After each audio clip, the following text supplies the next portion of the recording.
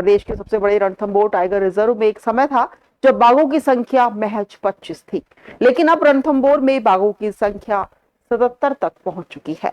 विगत 53 साल में सिर्फ बाघों की संख्या ही नहीं बढ़ी, बल्कि उन्हें गिनने का तरीका भी पूरी तरह से बदल गया है।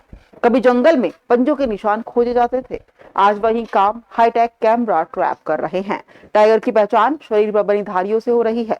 रणथंभौर में 1700 वर्ग किलोमीटर के जंगल में 600 कैमरा ट्रैप लगाए गए हैं।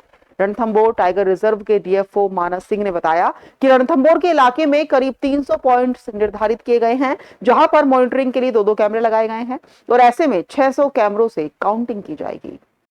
मतलब जो हमारा प्री मानसून और पोस्ट मानसून प्रोटोकॉल होता है उसमें हमारे पास लगभग इतने कैमरा ट्रैप लगे रहते हैं जो एनटीसीए कहता है। इसके अलावा भी जब हमें कैमरा ट्रैप लगाने की आवश्यकता नहीं होती तब भी हमारे पास टाइगर रिजर्व में हमेशा 250 से 300 कैमरा ट्रैप लगे रहते हैं, जितने भी इंपॉर्टेंट पॉइंट्स हैं। इसका ज़रूरत इसलिए होती है क्योंकि हमारा जो ड्राई डिसिडुअस फॉरेस्ट है और हमारे पास टाइगर्स की जो हाई डेंसिटी है उसकी मॉनिटरिंग लगातार रखने के लिए हम वो जो हमें 1 से 1.5 महीने एनटीसीए के अनुसार करना होता है वो कार्य हम पूरे वर्ष करते हैं अपनी मॉनिटरिंग को सुचारू रूप से रखने के लिए और वो मॉनिटरिंग अच्छी तरीके से करने के लिए।